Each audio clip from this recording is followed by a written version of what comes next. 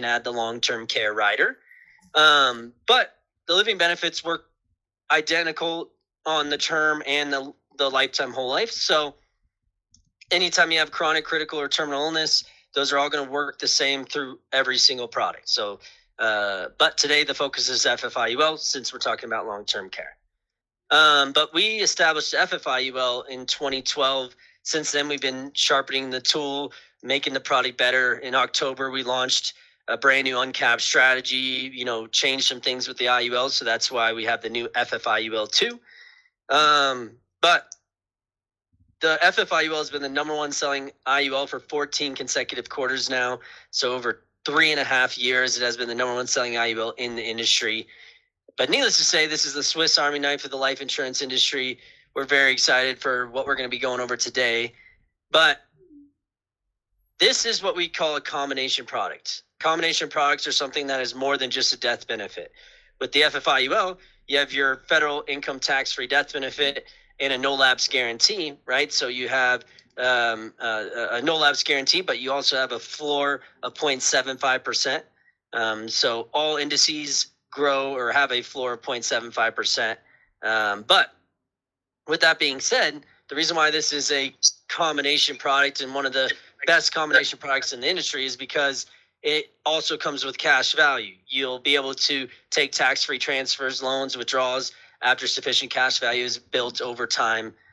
It also comes with living benefits. The living benefits are free and you only need your life insurance to offer them. So chronic, critical, and terminal illness. And if you have your health insurance, you can even substitute the chronic illness for long-term care. So that is why this is a combination product. And then on top of that, I forgot to mention you have the Everest. So if the death benefit's $250,000 or more, you have the free funeral services rider through Everest. So a lot of stuff going on. But today we're going to talk about the awareness of why living benefits, why all of this stuff is so important. But before we get into that, I do really like to talk about our floor.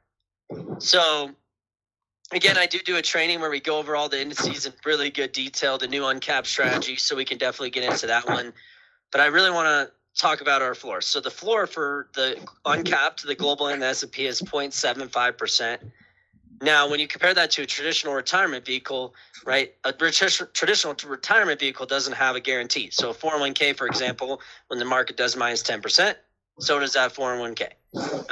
Now, when we have a 10% loss, it takes about 11% gain to make up for 20% loss, 25% gain, 30, 43, and so on.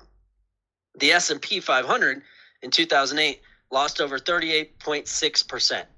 We know that a 38% loss takes somewhere in the ballpark of a 65% gain to make up from. So when we had that housing crisis, right, it was a very, very bad year for the S&P. Now, this is not factoring in the time and stress that has surpassed, right? But also if your client is at or near retirement, they may not be able to make up for that loss. So I'm not saying by any means don't put money into a 401k or whatever, right? But being able to supplement and diversify into something that has a little bit more of a guarantee with tax-free loans, tax-free withdrawals is how you kind of position the IUL when someone says, well, I already have my 401k and an IRA. You kind of go over these things of how powerful the floor and the guarantee can be while having that huge upside potential in growth. But the power of the floor, at the end of the day, the guarantee of the 0.75% is that it wipes out this entire bottom row. Okay. So your clients are protected even in years of inflation and when the market's down. Always, I would say try and have them pay the target at minimum. There is a minimum no-lapse premium, which I think we talked about a little bit, but the target is what I would consider the minimum. The target is going to protect them in those down years so that the policy still runs all the way to 121. The minimum no-lapse premium is there if they're in a bind and they need to pay it for a year or two because they lost a job. Right. So get back up to that target as soon as possible. Again, if they can't afford target, I highly suggest that they lower the death benefit. And when it comes to the target premium, just for those who may be new agents in here, anything we're paying above target, or the more we pay above target, the better the cash value will be. Right. The higher the death benefit, the higher your target is, the higher the 7 pay. Right. The 7 pay is the max fund. a target is much lower at $100,000 death benefit versus $500,000 death benefit, right? But the more we pay above target, no matter what our death benefit is, the better the cash value will grow. Now, let's get into what the training is all about today. So, living benefits. Now, with living benefits, the reason why they are so important is because we're living longer and experiencing more illnesses. In fact, every 40 seconds, somebody in the United States is diagnosed with a heart attack or stroke, and every 30 seconds, somebody in the United States is diagnosed with a new case of cancer. So the numbers are absolutely alarming. We need to be prepared. There was a study done by the Employee Benefit Research Institute in 2023. So they talked to correspondents about the cost of medical expenses in retirement. It is said that a healthy, again, keyword healthy 65-year-old couple will need somewhere in the ballpark of $295,000 just for medical expenses in retirement. So if we break that down, they're not a couple. That's about $150,000 per person for a healthy person just for medical expenses in retirement. Are you going to be prepared for that? Are you going to have, money set aside to, protect yourself if you need anything with long-term care, chronic illness, any of that stuff? Now, after asking him all these pretty difficult questions, only 19% of the correspondents were very confident that they will have enough money to take care of their medical expenses during retirement. So less than 20% of us here in the United States are comfortable having $150,000 set aside for medical expenses in retirement. And one more stat to throw at you is it is a 70% chance, and these numbers I think are going up even more. I'd probably say it's closer to 72% now. But 70% chance of someone turning age 65 can expect to have a need for some type of long-term care services in their remaining years. So that's 7 out of 10 of us. Only 3 out of 10 of us, 30% of us, won't ever need chronic or long-term care needs. Okay, what's crazy about that is only 11% of us, about 9 to 11% of us, actually have a plan in place. So that represents a massive opportunity for each and every one of you to educate your clients on this, because if you don't, another agent will. Mm-hmm. Now, we know that all these health issues are going to have a direct impact on our wealth issues. We can have all the wealth in the world, but if we don't have the health to enjoy that wealth, then it probably doesn't even matter, right? So it's better to have a plan in place and not need it versus not having a plan in place when we need it most. So that's where long-term care, the living benefits all come into play. So we're going to start with the long-term care. But before we get into it, any questions so far on some of the stats I was throwing at you? The power of the floor, anything? Okay. Perfect. All right. So now we'll get into the tough stuff. This can get pretty darn confusing. There's a lot of moving parts, but ask questions anytime. Just unmute yourself and blurt it out. But we're introducing the long-term care first. Now, the most important part about this as an agent is you do have to have your health insurance license or life and health. Some states, it's called accident insurance. So just depends on the state, but most of the time it's going to be either your health insurance, life and health, or accident insurance in some way. There are a couple states like Virginia that don't require an extra license for this. But beyond that, not everyone is approved for the long-term care. Okay, so if they aren't in the right health, they could not get the rider and still get the IUL. Okay, so they could get approved for the IUL and sometimes not get the rider. Okay, so that's super important. But to add long-term care, and I'm going to stand up real quick. So to add long-term care, the minimum death benefit has to be $100,000. Okay, and the maximum death benefit would be $2 million. Okay, so if you're doing a $5 million, or a client wants a $5 million IUL, you can do 2 different IULs, one with $3 million no long-term care, one with $2 million long-term care. All right. Now, on top of that, we will do ages 18 to 75, so no juveniles or 76 or older, but we just changed the juvenile rule. So when a child turns 18, I would always suggest, 9 times out of 10, the child's still in great health. When a child turns 18, I always suggest coming back in, going through the exchange process to get a better risk class, because a juvenile is just juvenile risk class, which is basically a standard. Most 18-year-olds are going to be, able to get preferred plus, preferred elite. What's also really cool about that is in the past, when you do an exchange, or when you do an internal 1035 exchange here at Transamerica, you have to increase the death benefit by 25% to avoid surrender charges. So if you're past year 15, then you don't have to do that. But we now are not going to make 18 to 21-year-olds do that. So when a child turns 18, from 18 to 21, we will allow them to do a 1035 exchange to add long-term care or add chronic and critical living benefits. And they don't have to increase their death benefit by 25% anymore. So they have a 3-year window from 18 to 21 where they can add long-term care, go through underwriting, get a better risk class, add chronic or critical living benefits, and again, no increase of the death benefit. So that's pretty darn cool. That just went into place this year in January. Nice. But beyond that, we are on a modified indemnity model, meaning they need to show proof of loss or timesheets to prove the services are being performed. So every month they'll have to provide to Transamerica those monthly timesheets or receipts, basically to avoid fraud, to make sure that they're actually in, long-term care services. And that's all in accordance to the plan of care, which I'll go over in the next slide. But this is a commissionable rider. We do see $1,000 higher target premium with the rider than without.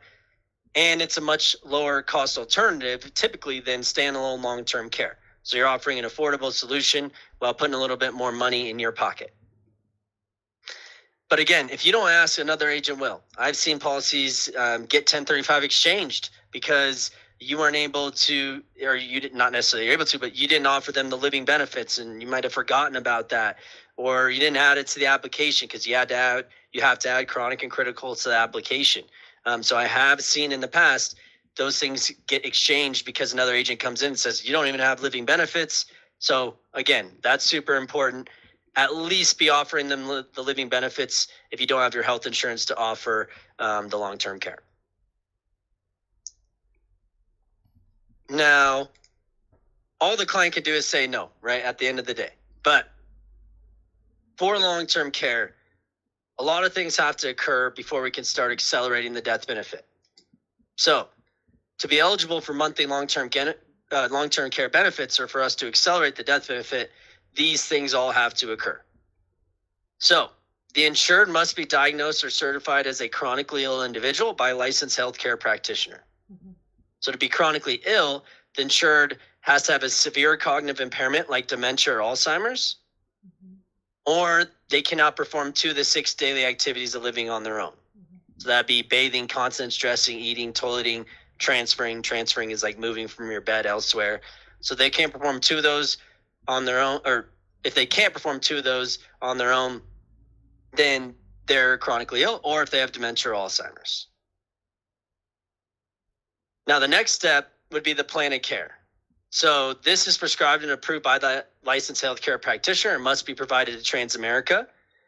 This is basically going to outline the steps or services that are going to be performed to help your client get healthier. And this is when you'd want to submit the claim to Transamerica. So the next thing is the 90-day elimination period. But when the plan of care has been established, you want to send it in to Transamerica, start sending in those monthly receipts, and get the claims process and get the ball rolling. You don't want to wait till the end of the elimination period. You want to make sure to get the process rolling with claims once the plan of care has been established. But after that, it is a 90-day elimination period that must be satisfied. Now, the first 90 days are out of pocket, and this is 90 service days, not 90 calendar days. So if they're going in and out of long-term care, so if they go to long-term care for 30 days and then they come back home, they don't need those services for a while, and then they go back, you have to go 90 service days, not 90 calendar days. After the service days have been sufficed, right, then Transamerica can accept the claim and monthly accelerations would start. The minimum acceleration is $500 a month. The maximum acceleration is 2% of the death benefit every month. So we'll start accelerating 2% of their death benefit every single month. Once you take 2%, you lose 2% of the death benefit, though. So that's something to keep in mind. But any questions so far on what has to occur before we can start accelerating long-term care? Jesse, I got a question on that one, Jesse. Yep. So I'm helping a client right now with the LTC claim. We submitted the claim back in December. And let's see, December, we're going 90 days. 90 days. Okay. So they're saying that, hey, yeah, we provided all documentation. The somehow I think this particular plan was opened back in California, so it's not an indemnity, but it seems like it's a reimbursement. So do you have 90 days must have passed, correct, before it's 90 service days. But is that a IUL with Transamerica that has long-term care? Yeah, it is. Okay. So it must have been one of the older ones where we used to do reimbursement. So it works a little bit differently for reimbursement. You don't have to necessarily send in the receipts usually. But what you could do, Ray, is send me an email and I could dive into that one with the sales partner to make sure that there's no delays since they're getting close to those 90 days. Yeah. So we want to make sure that they're getting the claim, day 91, right? So send me an email on that. Do you have my email, right? Yes, I do. Yeah, so send me an email with the policy number and all the details that you can. So if they've already if you have the claims forms that you've already submitted, if you could attach those, that'd be awesome. And then provide a little details in the email, and I'll check with the sales partner to make sure that we're getting that moving. Perfect. Thanks. Yeah, of course. Any other questions so far? Yeah, and anytime you have a weird situation where you think there's, it's been delayed or, new business or Enforce has made a mistake, always reach out to me so I can, help get that escalated.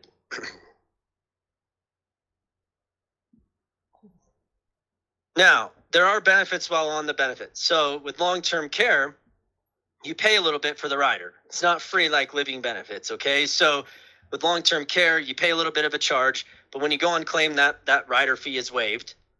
Also, you're not required to pay the minimum no lapse premium to keep the policy in force. So when they're on claim, they don't have to pay premium if they don't want to. They can to keep the policy growing, but they're not required to in any way whatsoever. The contract is guaranteed to stay in force. They're going to get their 2% every month, even without paying the premiums anymore. So that's super powerful, right? They can sleep better at night knowing that they're not going to lose their life insurance or anything like that. Yeah. And then this is the big one. So long-term care, it's going to match whatever your death benefit's doing. So if you have an FFIUL with a level death benefit at $100,000, then that long-term care is going to stay level at $100,000. But if you're doing increasing or graded for those younger, healthier clients or older clients with a good budget, right? They're trying to maximize their death benefit over time or start lower and let it grow so that it grows better cash value. The long-term care is going to increase with that. So we're the only WFG carrier, but there's only two in the entire industry, but we're the only WFG carrier that can do increasing long-term care. So absolutely tremendous. We stay very, very competitive in the notion that we can grow the long-term care. So if you start with $500,000 death benefit, your death benefit grows up to $750,000 over time. You haven't gone on claim or anything yet. You haven't taken any loans or anything yet. Then your long-term care is now up to the $750,000 as well.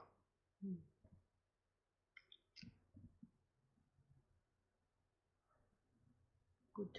But there are three possible outcomes with long-term care.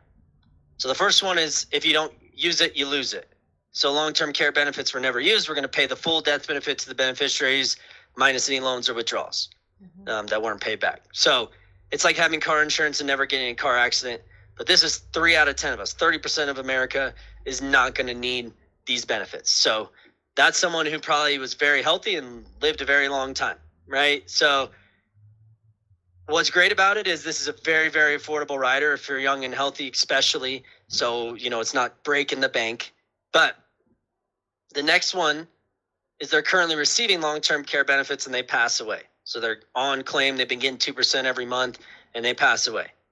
Well, we're going to pay out the full death benefit minus any loans or withdrawals, and minus any long-term care benefits. So let's pretend they took no loans or withdrawals, and they took 5 months of long-term care. So 5 times 2 is 10%.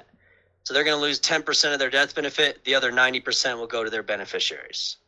Okay. And then here's the next big competitive feature here. Let's imagine they exhausted the long-term care benefit and they're still living. So they went 2% for 50 months. 50 times 2, 100%. You have nothing left over.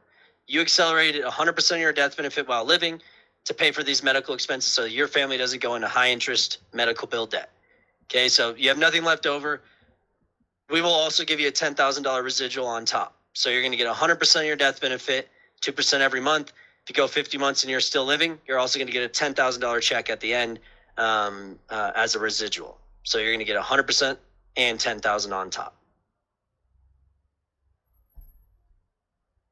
So you're not going to see that residual with a chronic illness rider. That's why the long-term care is a little bit stronger than the chronic. With chronic, you're also not going to see 100% in any situation ever.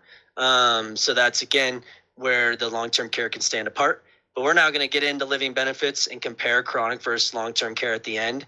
And I'll show you why the long-term care is pretty darn impressive. But any questions so far for long-term care at all? Or any other questions? Okay. All right. So now we'll get into living benefits. So let's say your client doesn't want to pay the little additional cost for long-term care, or you don't have your health insurance license, so you can't offer that rider. The next step is the living benefits. So with long-term care, you can still have critical and terminal, but you lose chronic. So if you sell long-term care, you just can't have chronic. But if you don't sell long-term care, you can have chronic, critical, and terminal illness. Again, these come at no additional cost. But terminal illness is automatically included. It's automatically built in. Mm-hmm. Chronic and critical, just like the long-term care, have to be added at issue. Mm-hmm. So you have to add chronic and critical to the application and illustration. Otherwise, your client will not have those riders. Terminal is the only one that's built in. Now, there's, again, no cost to living benefits until we actually go on claim. Once we go on claim, there is an administrative fee of $350, and in California, it's $750 for the chronic illness rider. And the max that we can accelerate for living benefits is up to $1.5 million. So if you have a client with like a $6 million policy, they can accelerate a portion and keep the remainder in force depending on what they accelerate. It won't be dollar for dollar, but you'll see what I mean as we start to show the accelerations. And this is reduced and discounted on 4 factors. So they may be able to accelerate up to 90% of the death benefit in a certain scenario, but they're not going to receive the exact 90% because it's going to be discounted by the administrative fee and the severity of the type of illness, the life expectancy after the illness, and the present value of the death benefit. So those are the 4 factors. I'm going to show you all 4 today and explain them so they make more sense. But we will start with the terminal illness first. So again, terminal illness is built in. You don't have to add it to the app or anything. But terminal illness means the insured has been diagnosed with a condition resulting in a life expectancy of 12 months or less to live. So if something very serious happened, this could be cancers, whatever, right? But they have 12 months or less to live, a year or less to live. So with this one, the administrative fee is $350 in all states, and the severity is very serious. So we can accelerate up to 100% of the death benefit or 1.5 million, whichever is less. Now, I'm going to pop into Agent Central here. In Agent Central, we have some very, very good guides. If you go to the products one here, and then into IUL, and then I'll put this in the chat just in case you haven't seen this before. The Agent Central is basically our Trans-America Bible. It has recordings, ways to register for the agent or the national webinars. It has all of our guides, all this good stuff. But under IUL, you have the video, you have misconceptions of IUL, what drives IUL performance, the differences in the high net worth IUL versus the FFIUL. Then you come down and you're going to have agent guides, the index account flyer, long-term care rider, Everest, so the concierge planning rider. You have lots of stuff for long-term care. You even have a chronic living benefit versus long-term care comparison. Then FFIUL 2 client guides. You're going to have the living benefits guide here. So if I open this up, now this is page 6. So this is Adam. This is an example of a terminal illness acceleration. So there's more examples of chronic and critical. There's like 5 examples on this guide that you can walk through. But in this example, Adam was male, age 45. He was preferred plus non-smoker when he got his IUL. So he's pretty healthy. He got a $500,000 death benefit for $472 per month. Only 8 years into this, he had pancreatic cancer at age 53. Now, Adam had 12 months or less to live. He was considered terminally ill because of his pancreatic cancer. So his family had a choice to make. The ball is in their court. Once it's approved by Transamerica, you do not have to take the acceleration if you don't want to. Okay, you can keep paying your premiums if you are able to afford to do so, and make sure the full $500,000 death benefit goes to your beneficiaries when you do pass away. But a lot of times, especially with a terminal illness, their bills are outrageous. They have all these different medical procedures they have to go through, and they might not have the best health insurance that covers that stuff, right? So that's when the terminal illness comes into play. In this example, they chose to accelerate to pay for all those medical expenses so their family doesn't go into debt before he passes away. So they chose to accelerate 100% of the death benefit, which is $500,000. Hypothetically, they're going to get a lump sum check, one lump sum check. It's not paid out over monthly. It's one big check for terminal illness of $462,103. So I'm going to open up one more of these so we have them both open. But on this same guide, you might be asking, why 462 instead of 500? Well, the first thing to think about is the living benefits are free until we use them. Also, this is a lifetime product. Usually clients are going to be paying to age 65, age 70, but it's going to be running all the way to age 121, right? And he's only at 53. So that's where the present value comes into play. So if we scroll down to frequently asked questions, so that starts at page 12. At the bottom of that page, how much money will I accelerate or will I receive if I accelerate my death benefit? So these are the 4 factors that apply to living benefits. Now, these do not apply to long-term care. You go 90 days long-term care, you get 100% no matter what, 2% every month. It doesn't matter about the severity. If you're in long-term care, you get the money.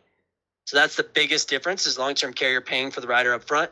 So you don't have all these, factors that come into play when we go on claim. You go 90 days, you get 100%.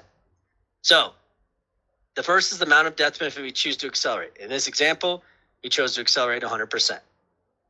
The second is your life expectancy as determined by Transamerica, which is based on age and overall medical condition at the time of claim. So what that means in English is the shorter you're expected to live, the higher the benefit you'll receive, or the higher the percentage that will accelerate. So terminal illness, you have a year or less to live, that's why we can accelerate up to 100%. But the longer you're expected to live, the lower the benefit or the lower the percentage that you'll receive. So there could be some situations where a chronic illness wasn't very severe. We're not going to, accelerate a full 100% or 90% in those situations, right? So that is the biggest one by far, is your life expectancy after the illness occurred. And then accelerated benefit, interest rate, and effects. So used to determine present value of future benefits and premiums. In this example, we're only 8 years into paying premiums.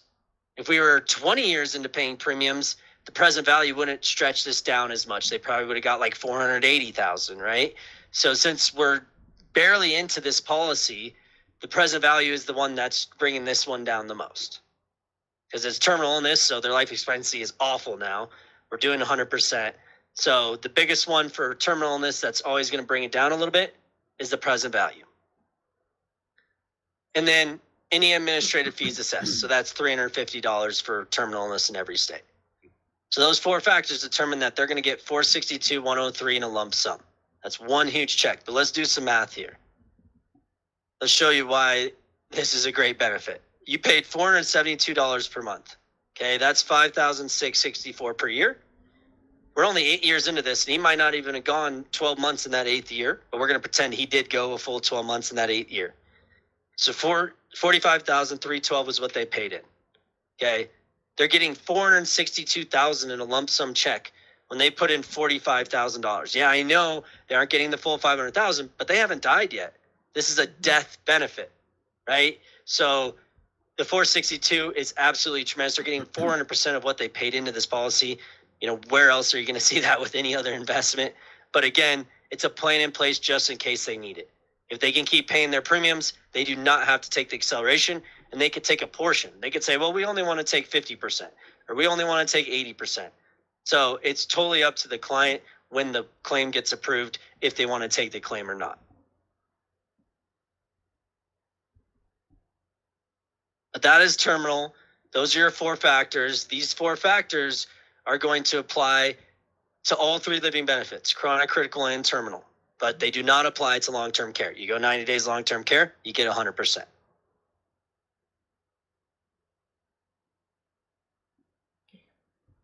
But any questions with terminal illness or those 4 factors so far? Okay. I have a question, Jesse. Jess, right? So for the accelerated death benefit, that's another rider, correct? No, that's a living benefit. Oh. Accelerated death benefit is a living benefit. Just every term you'll ever hear in life insurance has another term for it. Those are interchangeable, basically. Accelerated death benefit is a living benefit. That's the same thing. Okay, that's different. So yeah, the underwriters would call it an accelerated death benefit. Any salesperson like me is going to call it a living benefit.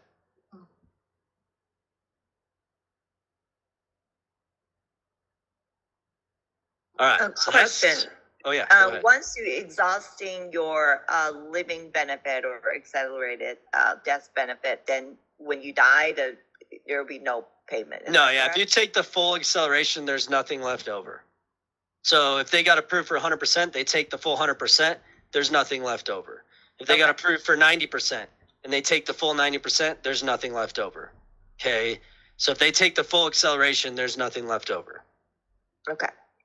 But they can take a portion. So it's totally up to them. But then critical illness. So critical illness means, right, the insured has been diagnosed by a physician with one or more specified health conditions or underwent one or more specified medical procedures. So it could be a stroke, blindness, AIDS, heart attack, cancer, paralysis, central nervous disease, and not just limited to this list. Basically, critical illness is the same thing as terminal, but they have longer than a year to live. So they could have 2 years to live, 3 years to live, right? So since it's not as severe as terminal, we can only accelerate up to 90% or 1.5 million, whichever is less. So terminal is up to 100, chronic and critical are up to 90. There still is an administrative fee and the other 3 discounting factors. So all 4 factors come into play every single time for living benefits. So all 4 of these are coming into play for this next scenario. So with that being said, meet John. John was a successful executive. He purchased an FFIUL with terminal illness and critical illness riders in the amount of $500,000 death benefit. Only 5 years into this, so again, the present value is not great. Only 5 years into this, John suffered a devastating fall while working on his house and needed a major organ transplant as a result.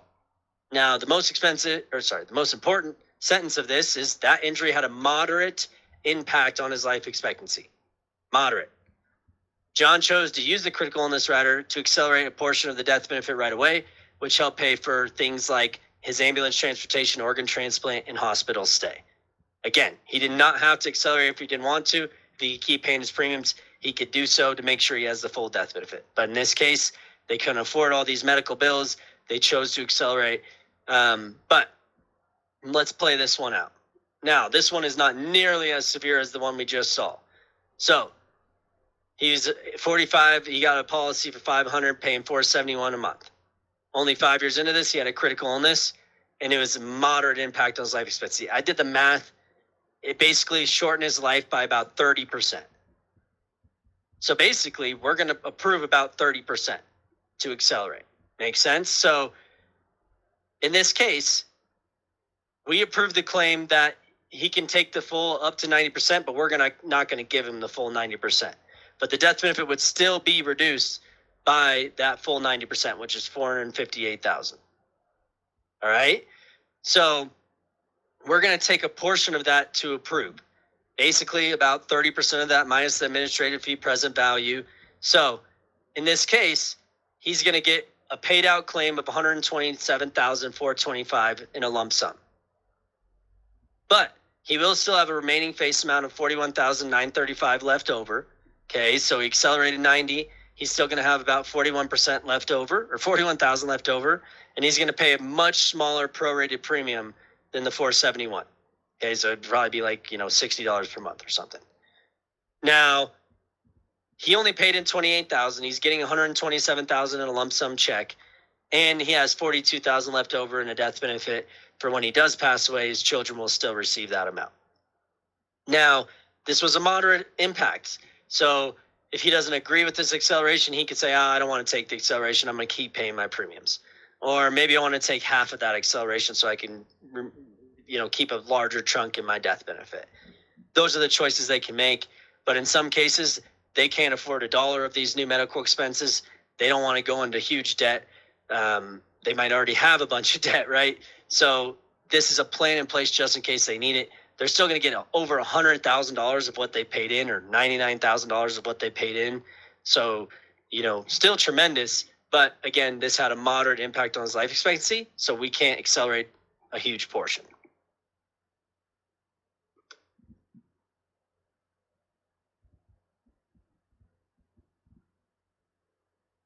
Now, the next one, there's actually going to be percentage on the sentence, so it'll help you out. I did the math. Again, it was about 28-30% of shortened life expectancy.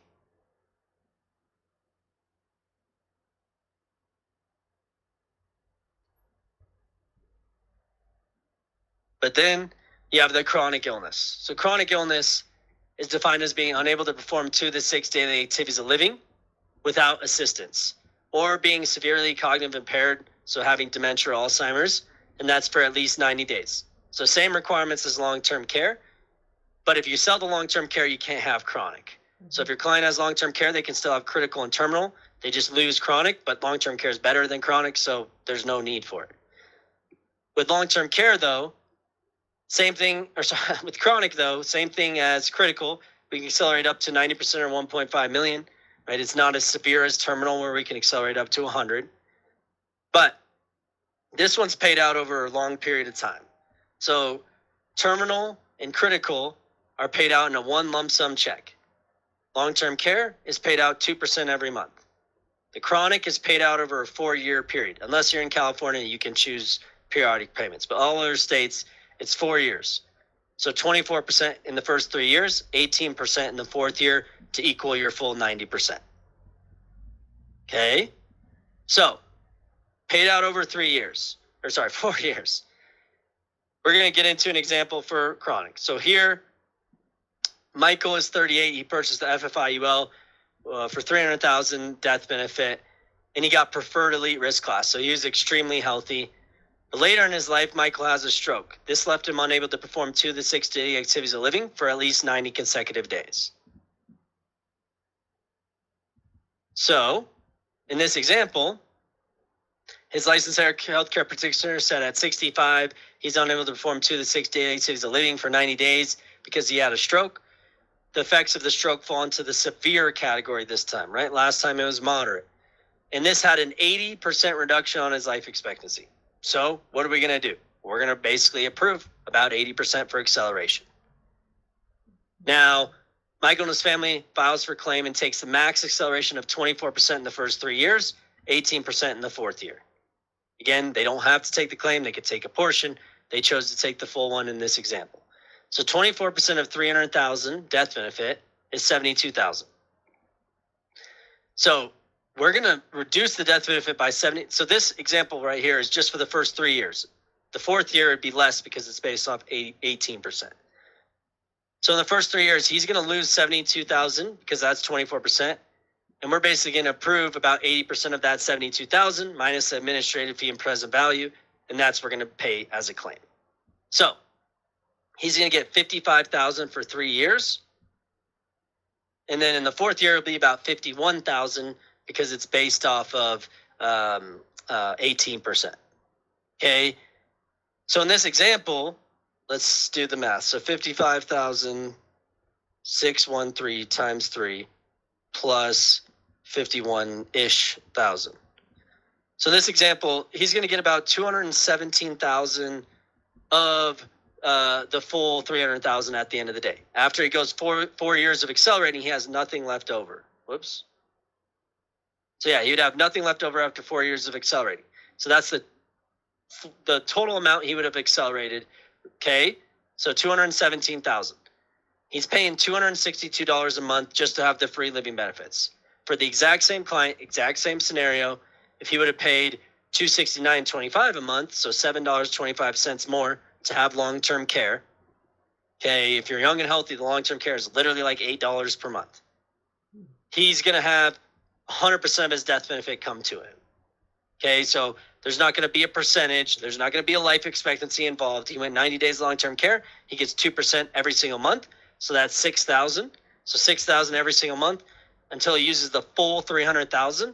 If he goes 50 months, he's used 300,000 and he'll get $10,000 at the end. So with just paying $7.25 more per month, he's going to get 300,000 and potentially 310,000 versus 217,000 with the chronic illness. Okay. So that will show you how much more powerful the long-term care is. But still, at the end of the day, the living benefits are paying you out way, way more than what you paid in premium. So it's still a great plan to have just in case you need it. But the long-term care is just that much stronger because you don't have all this life expectancy involved when we go on claim. Mm-hmm.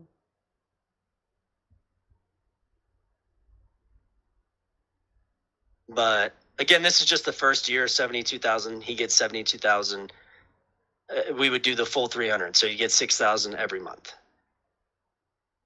But any questions now? I know we went a couple minutes over from our scheduled time, but any questions on anything we've covered today at all? I do. What makes a person will not qualify for long-term care? Because I had a client who she did not qualify for long-term care. She was like only 30 something. It could be 100 billion different things, right? Well, not that many, but it could be a lot of different things. You know, one of them that's right off the top of my head, diabetes. You know, I believe COPD. If they've had any heart attacks, you know, anything like that, any heart valve replacements, congestive heart failure. You know, none of those things are going to be able to get long-term care.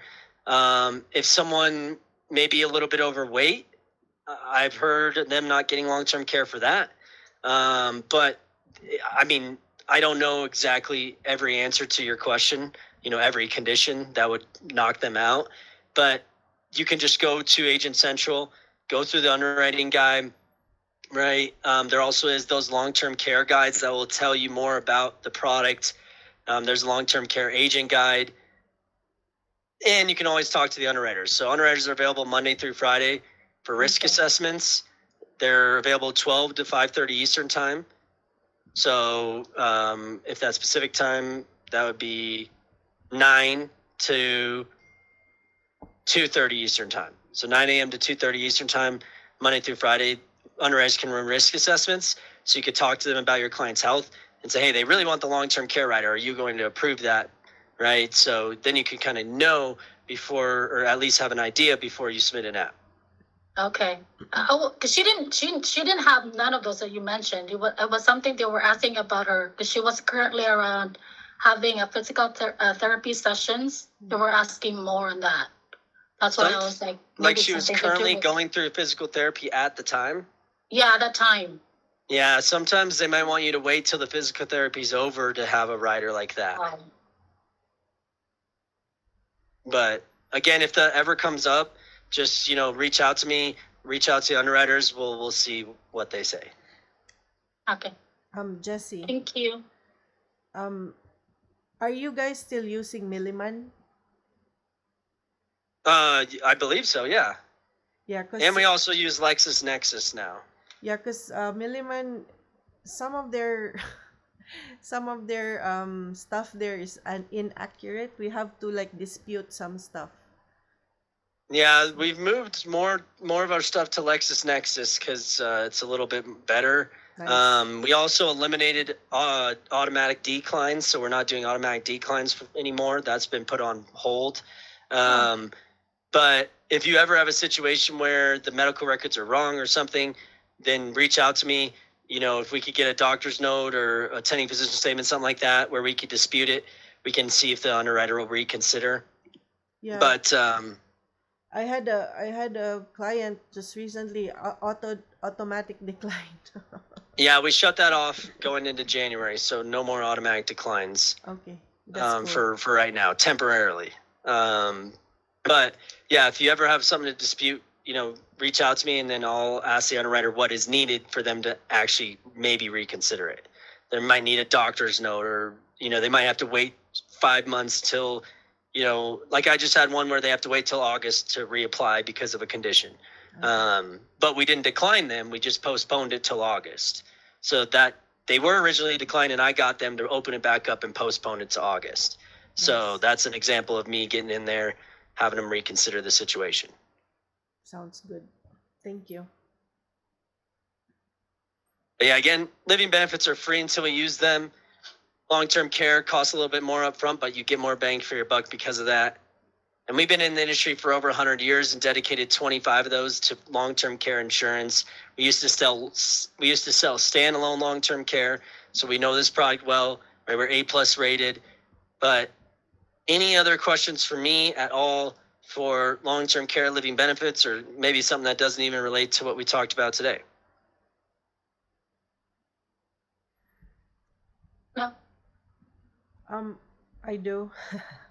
So it's not related, but you know, like with the okay, if someone has a term insurance and they want to convert it to an IUL, um, Yeah, they can't add long-term care if that's what you're about to ask. but can they, if no, if without long-term care and they convert it to an IUL, does it have to be the same face amount, or it can be lower? Oh, no, you can do a partial conversion. Okay. You just have to meet the minimums for the product. So if they're preferred or higher, it's 100,000. If they're standard, we can go down to 25,000. But yeah, we can do partial conversions. And they don't have to get their medical. No, there's no underwriting. There's no medical for conversion. They Okay. get the equal risk class to what they had. So if they had a preferred plus on term, then they're going to have preferred elite on the product they come over to. If they had standard, then they're going to have standard on the product that they switch to. All right. And I train on conversion as well, so that's something we could definitely, you know, get into in the future if you're interested. All right. Sounds good. Thank you.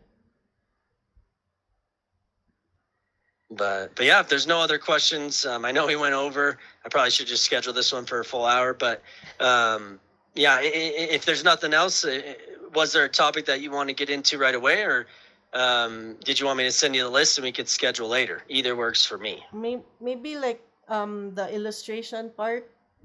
Yeah, we like, could do the Life Illustrator training. Yes, that would be. Yeah, let good. me pull up my calendar here. Let's pick a time while everyone's here. So, yeah, what days? Well, next week, Monday's a holiday. I could do an afternoon time on Tuesday, and then Wednesday, Thursday, Friday, I have plenty of times. How about same Wednesday, same 11:30? Is that good, So guys? Wednesday, it was 11:30 Pacific, right? Yes, guys. Yeah, I could do 11 or 11:30. Yeah. Joy. 11:30. Wednesday. Okay, Mikhail said yes. Would 11 work for everyone? Kind of works a little better for my schedule, but either way works. 11. 11 will work too. Okay. For me. So yeah, 11 a.m. Pacific time on Wednesday the 19th. Yes. Okay, Mikhail said yes. Okay, Perfect. That just works a little bit better, so I don't have such a big gap. But okay, so 11 a.m. Pacific time. Now, if you want, we could switch to Zoom. You just need to Yes. send me a Zoom link because I can't create Zoom links. All right. Or we could stay with Teams, whatever works for me. Let's just stick with Teams so they get to be. Oh, what Joy? I'm sorry. I didn't know. I didn't realize I'm on mute. I said I can't be on 11:30.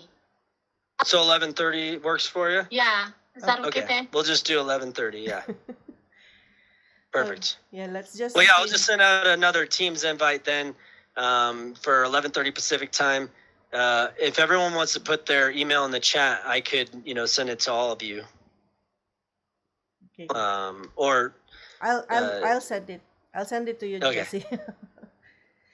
perfect. All right. Well, thank you so much for joining me. I'll send you an invite for next Wednesday at 11:30, and we'll dive into the Life Illustrator next. Awesome. Thank you so Well, much. thank you. Yeah. You all have a great rest of your day. Thank you for joining me. Bye. Thank you. Bye.